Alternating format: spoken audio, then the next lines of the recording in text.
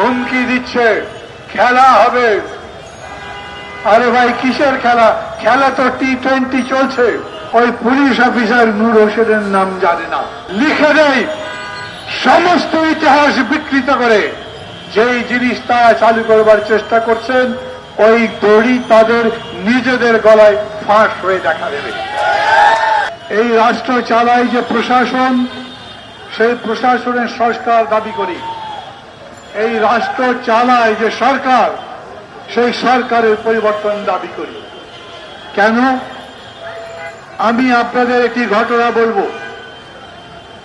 গতকাল রাত্রে আমাদের সংগঠনের মঞ্চের দুইজন নেতৃস্থানীয় সংগঠক, একজন কিরণ, ইমরান হোসেন কিরণ, আরেকজন রনি, এই দুইজনকে মুজিববাদী পান্ডারা ধরে নিয়ে পুলিশের হাতে দিয়েছে।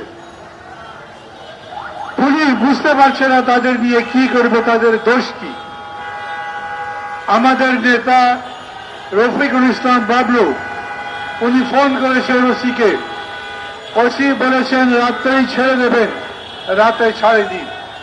আমরা সকালবেলা 4 জন, আমি, জোনায়েদ সাকি, শহীদুল্লাহ কায়সার এবং বাবলু 4 জন মিলে থানায় গেছি। একজন ডিউটি অফিসার আছেন সম্ভবত, উনি তার রুমে আমাদেরকে ডেকে বসালেন, গল্প করছেন আমাদের সঙ্গে। বললেন যে আপনারা যা করছিলেন ঠিকই আছে, আমরা আপনাদের পক্ষে আছি, কিন্তু আপনারা এই কথা কেন বললেন গণতন্ত্র মুক্তি পাক? দেশে কি গণতন্ত্র নেই?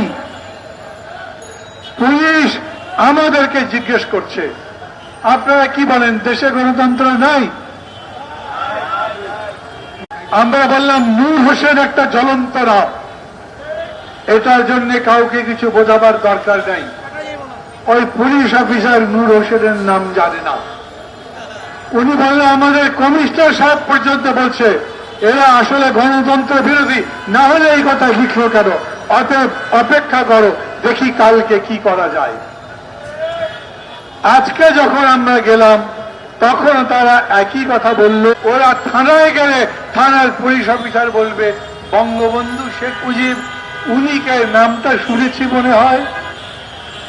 লিখে দেয় সমস্ত ইতিহাস বিকৃত করে যেই জিনিস তারা চালু করবার চেষ্টা করছেন, ওই দড়ি তাদের নিজেদের গলায় ফাঁস হয়ে দেখা দেবে।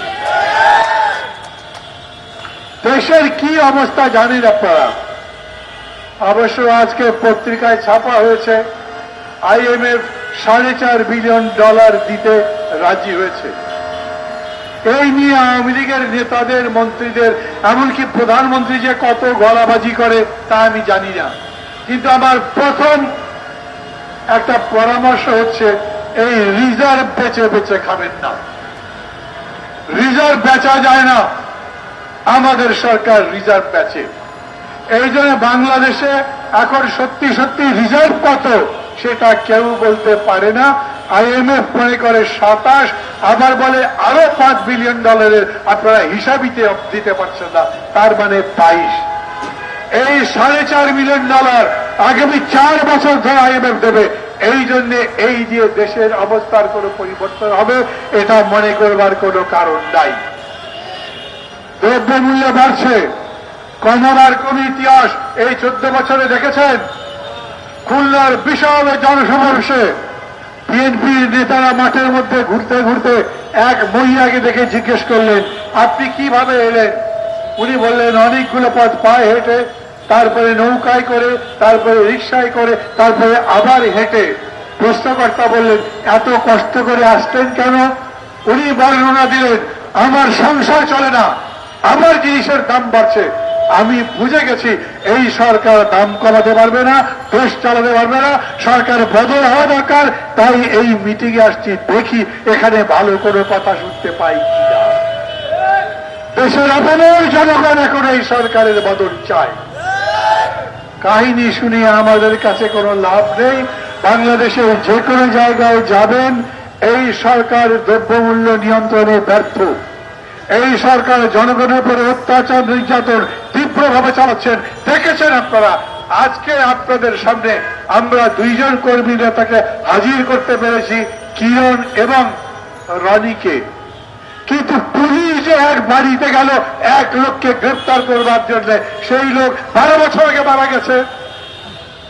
এরপরে বাড়িতে যাবে, যেই লোক মারা গেছে বলবে তাকে বের করো, বের করতে না পারলে তাকে ধরে পিটাবে। লোকটা মারা গেছে, আপনি বলবেন কবরে যাও, কবর থেকে বার করো। ওরা কবরও খুঁড়তে পারে বলা যায় না। এই রকম একটা পরিবেশ শেখ হাসিনা তৈরি করে রেখেছে। এটা করে কি পার পাওয়া যাবে? হুমকি দিচ্ছে খেলা হবে।